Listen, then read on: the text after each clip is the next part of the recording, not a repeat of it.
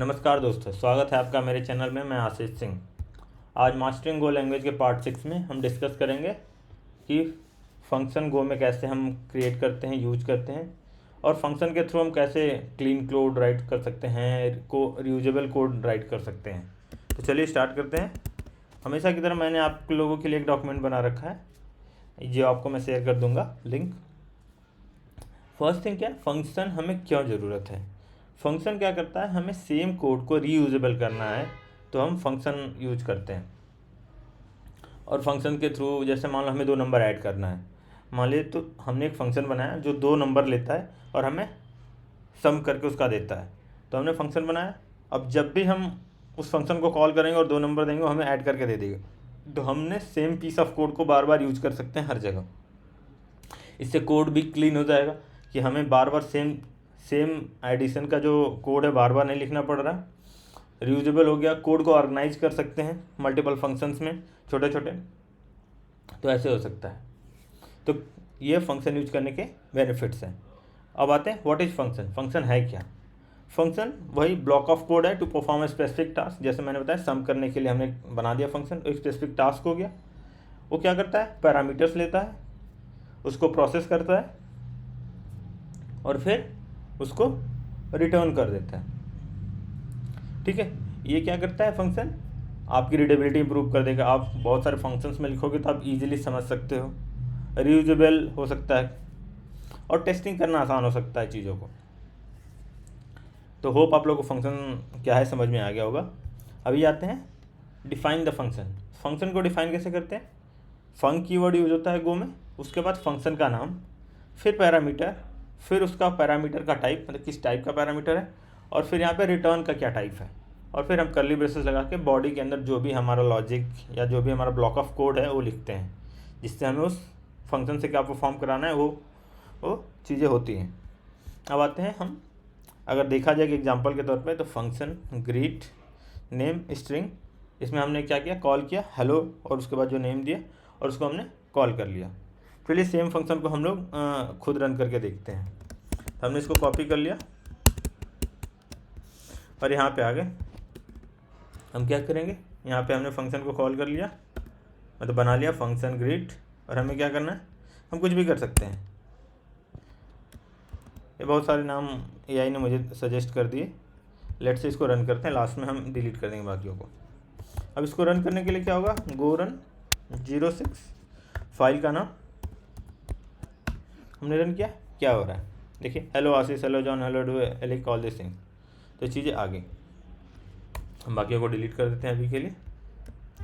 Okay, अब आते हैं हम यहाँ पे फंक्शन का रिटर्न टाइप। पहली चीज़ सिंगल रिटर्न। सिंगल रिटर्न के लिए क्या होता है, हम स्क्वायर यूज कर सकते हैं, स्क्वायर फंक्शन यूज करें। इसमें क्या कि हमारा जो रिटर्न टाइप है वो केवल एक वैल्यू है।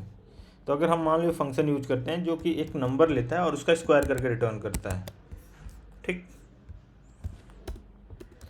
तो यहाँ हमने क्या रिटर्न टाइप किया कि सिंगल वैल्यू है। हम यहाँ पे गए, हमने क्या किया कि fmt.println, हमने 5 का स्क्वायर रिटर्न करा लिया। अगर हम इस फंक्शन को रन करेंगे तो क्या आएगा आंसर, पहला हेलो आशीष, दूसरा स्क्वायर ऑफ 5 इज 25 आ गया। इसी तरह गो मल्टीपल वैल्यू भी रिटर्न करता है। बाकी लैंग्वेजेस में बहुत सारों में नहीं है, पर गो में है कि आप मल्टीपल वैल्यू भी रिटर्न कर सकते हैं। जैसे इसने 2 वैल्यूज़ लिए, ए और बी, इंट, और रिटर्न क्या करें, इंट और इंट। यहाँ पे एक चीज़ और है, पैरामीटर्स में आप देखेंगे ए और बी दोनों के बाद टाइप लिखा हुआ इंट। अगर ए और बी दोनों का सेम टाइप होगा तो हम उसके बाद इंट लिख सकते हैं, पर अगर दोनों का सेपरेट टाइप होगा तो हमें दोनों के साथ ही लिखना पड़ेगा। A after that let say float है तो float comma B space int, वैसे होगा। तो और यहाँ पर रिटर्न टाइप हमारा जो भी होगा वो हम उसको लिखेंगे। तो लेट्स इस फंक्शन को कॉपी करते हैं और आपको समझ में आएगा कि हम मल्टीपल रिटर्न भी कर सकते हैं। यहाँ पे हम प्रैक्टिकली देख सकते हैं, ठीक है। अभी हम क्या करते हैं, नहीं हमें चाहिए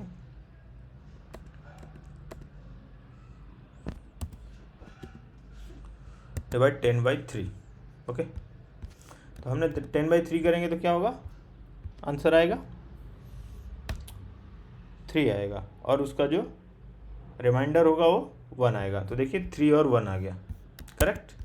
तो हम इस तरह से, अगर इस मान लेते हैं हम इस तरह से कर देते हैं कॉल, तो बेटर हमें आएगा आइडिया।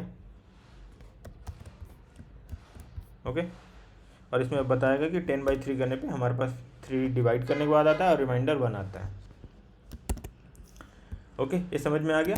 और आपको पैरामीटर्स का टाइप भी समझ में आएगा, सिमिलर होगा तो सेम, अगर अलग होगा तो दोनों को अलग अलग लिखना पड़ेगा। अंडरस्टैंड।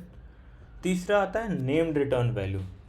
पहले क्या था, हमने यहाँ पे टाइप बता दिया कि हमें ये टाइप का रिटर्न चाहिए, हमने रिटर्न किया।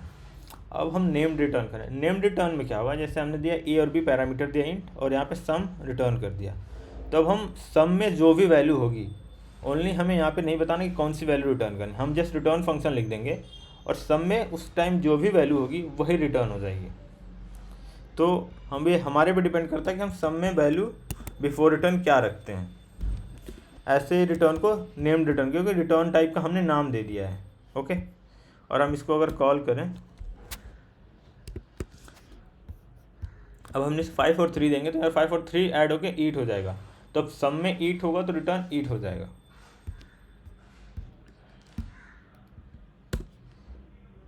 देखा, सम ऑफ 5 एंड 3 इज 8। तो इसको बोलते हैं नेम्ड रिटर्न वैल्यूज। अब आते हैं वैरिएडिक फंक्शन। वैरिएडिक फंक्शन मतलब क्या होता है कि जब आपका फंक्शन जो है वो एक से ज़्यादा वेरिएबल ले सकता है और आपको पता नहीं कि कितने वेरिएबल्स देने हैं, तो हम उसको वैरिएडिक फंक्शन बोलते हैं। जिसमें हम क्या करते हैं, उसमें 3 डॉट यूज़ कर देते हैं इस टाइप के आगे।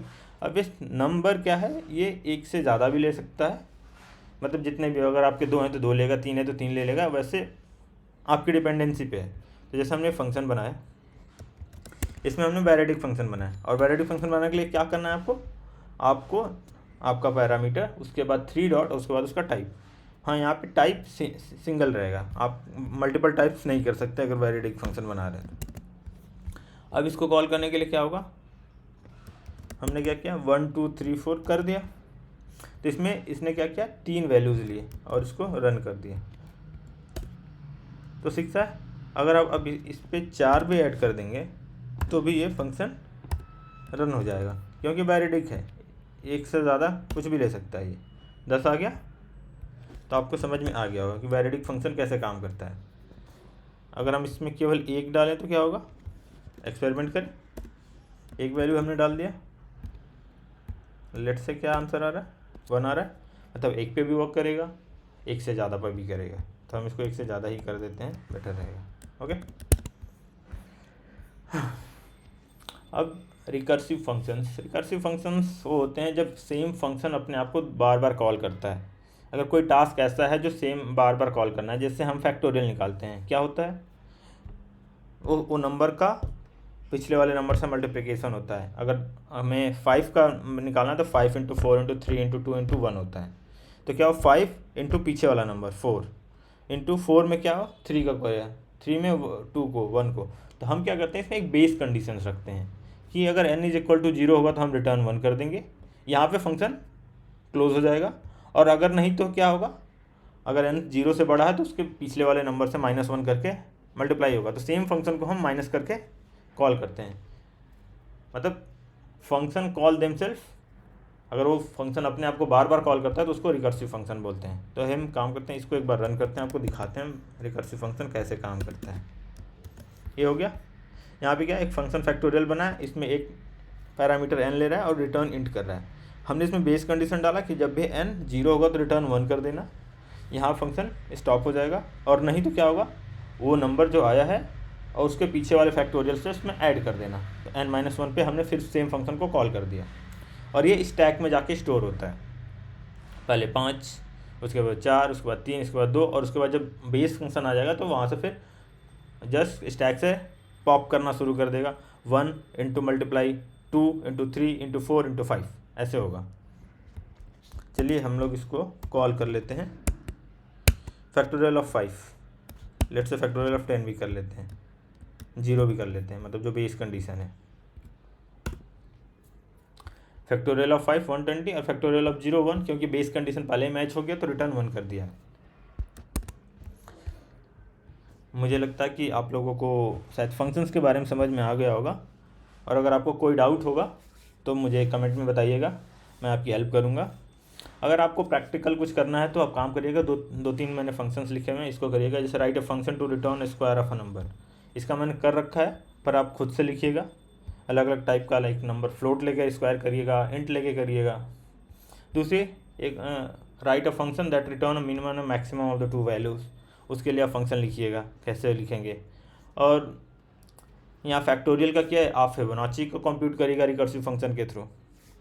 तो आप लोगों को इसमें हमने ये सारी चीज़ें करेंगे तो आपका फंक्शंस के बारे में और क्लैरिटी मिलेगी और आप यूज कर पाएंगे। समरी के लिए बता दूं कि हमने कैसे डिफ़ाइन करते हैं, कैसे कॉल कर सकते हैं, गो का मैंने किया।